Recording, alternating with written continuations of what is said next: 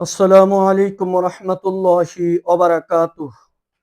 সুপ্রিয় দর্শক শ্রোতা, আপনারা ইতিমধ্যে জেনেছেন শহীদ শরীফ উসমান হাদির খুনিকে ভারতের মাটিতে গ্রেফতার করা হয়েছে।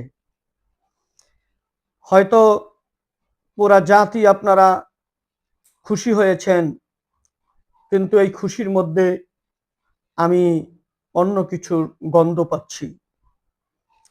ভারতের মাটিতে গ্রেফতার করে তারা 15 দিনের রিমান্ডে নিয়েছে। অনুপ্রবেশকারী হিসাবে তারা 15 দিনের রিমান্ড কিভাবে নেয়?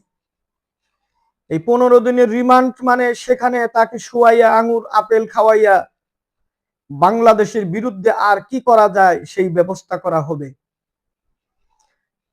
ভারতে এতদিন পরে তাকে গ্রেফতার করা হলো, এত উন্নত ব্যবস্থা ডক্টর ইউনূস সরকার যখন ছিল তখন কেন গ্রেফতার করা হলো না? কারণ তখন গ্রেফতার করা হলে ডক্টর ইউনূস সাহেব একটা ঘোষণার মাধ্যমে তাকে দেশে ফিরিয়ে আনতে পারত। কিন্তু এখন ভারত গ্রেফতার করেছে তাদের সেই পক্ষের যারা নব নির্বাচিত ক্ষমতায় গিয়েছে, তাদের কাছে এদের বিচার হবে না। দিনের পর দিন, বৎসরকে বৎসর ওই শিলং সালাউদ্দিন সাহেবের মতো সেখানে শুয়াইয়া যত্ন করে রাখবে, আর বাংলাদেশের বিরুদ্ধে বিরুদ্ধে শক্তির একটা লুক তৈরি করবে।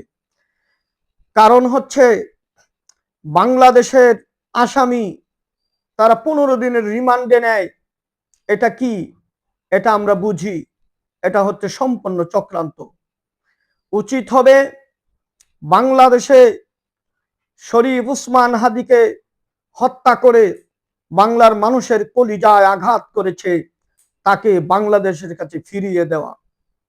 এখনো পর্যন্ত সরকারের কোনো বক্তব্য পাওয়া যায় নাই। তার মানে হচ্ছে শরীফ উসমান হাদি, বাংলাদেশ বিএনপির তারা শরীফ উসমান হাদিকে করে না। কারণ হচ্ছে শরীফ উসমান হাদি ছিল ন্যায় এবং অন্যায়ের বিরুদ্ধে, তার ছিল কণ্ঠস্বর। এক শরীফ উসমান হাদিকে নিয়ে ষড়যন্ত্র করে যদি মনে করেন জুলাইকে পদদলিত করবেন, সেটা হবে না। ভারতের মাটিতে যে শরীফ উসমান হাদির হত্যা, যে খুনি ফয়সাল আর আলমগীর যাদেরকে ধরা হয়েছে গতকালকে, আমি অনুরোধ করব এ সরকারকে অতি তাড়াতাড়ি তাকে এই দেশে নিয়ে এনে বিচারের ব্যবস্থা করে তাকে ফাঁসির মঞ্চে নেওয়া।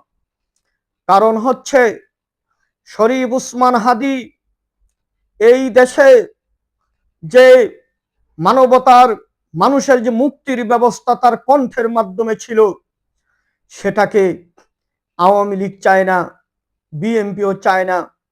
কারণ চেয়েছিল আমাদের ডক্টর ইউনূস সাহেব, তার প্রতি আবেগ ছিল, তার কাছাকাছি ছিল। এই জন্য ভারত ওই সময় তাকে ধরে নাই, এখন তাকে ধরেছে। তাকে রুষ্টপুষ্ট করে ভারতের আরেকটি চর বানিয়ে বাংলাদেশকে কিভাবে ক্ষতি করা যায় সেই চিন্তা করছে ভারত। আর এখানে দেশবাসী আরেকটি বিষয় আপনাদের সামনে বলতে চাই। এখানে দেখবেন ভারত অনেক নাটক করতে পারে। 15 দিন রিমান্ডের শেষে এমনও হতে পারে বাংলাদেশের কোনো ভালো মানুষের সাদেক কাইয়ুম সহ জামাত ইসলামীর নেতৃবৃন্দকে ফাঁসাইয়া দেওয়ার চক্রান্ত করতে পারে। ভারত যেটা করবে সেটা বাংলাদেশের কোনোদিন পক্ষে কিছু হতে পারে না। যেখানে আছে ভারত সেখানে আছে বাংলাদেশের ক্ষতি।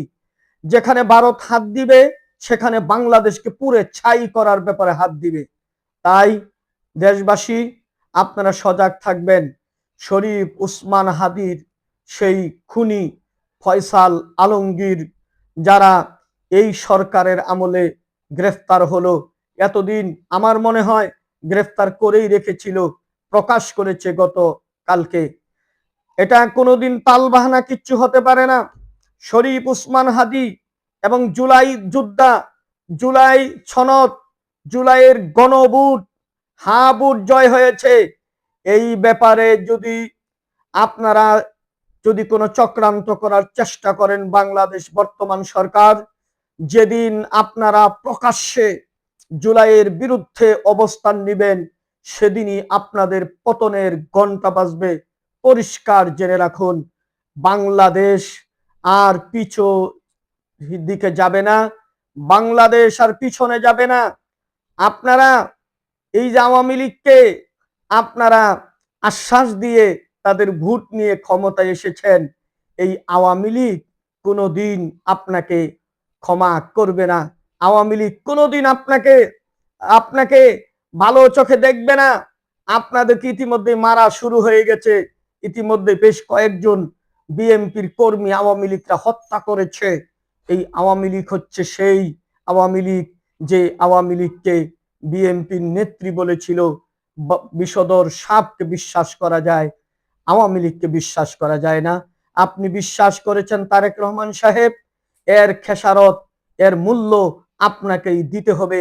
তবে বাংলাদেশের জনগণ জুলাইয়ের পক্ষে গণভোটে যে রায় দিয়েছে, এই শরীফ উসমান হাদির বিচারের পক্ষে রায় দিয়েছে, এই সংবিধান সংস্কার করার পক্ষে রায় দিয়েছে, যেই সংবিধানকে আপনার মা বেগম খালেদা জিয়া তিনি বলেছিলেন এই সংবিধানকে আমি ডাস্টবিনে নিক্ষেপ করে দিব। প্রিয় দর্শক শ্রোতা, আপনারা হতাশা নিমজ্জিত, জাতি হতাশায় নিমজ্জিত যে এই জুলাই সনদে এতগুলি মানুষ ভোট দিয়েছে হায়ের পক্ষে গণভোটে, এই ভোটকে তারা অবমূল্যায়ন করছে। এটা বাংলাদেশের মানুষ মেনে নিবে না, ছাত্র জনতা মেনে নিবে না। জুলাই অনুযায়ী দেশ চলবে, ৭১ আমাদের প্রেরণা, কিন্তু জুলাই হচ্ছে আমাদের তাজা ইতিহাস। জুলাইয়ে হাজার হাজার ভার্সিটির মেধাবী ছেলেগুলো, সাধারণ জনতা, রিক্সাওয়ালা জীবন দিয়েছে।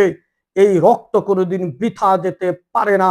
আপনারা মনে করেন না যে আপনারা কারচুপি, ফলাফল কারচুপি করে বিজয় হয়েছেন।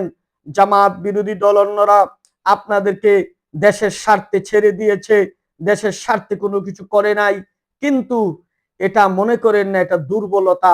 আমরা কারচুপি করে এতগুলি আসন নিয়ে আসলাম, কোনো অ্যাকশনে কেউ গেল না, তার মানে আপনার দেশে যা ইচ্ছা তাই করবেন, অসম্ভব।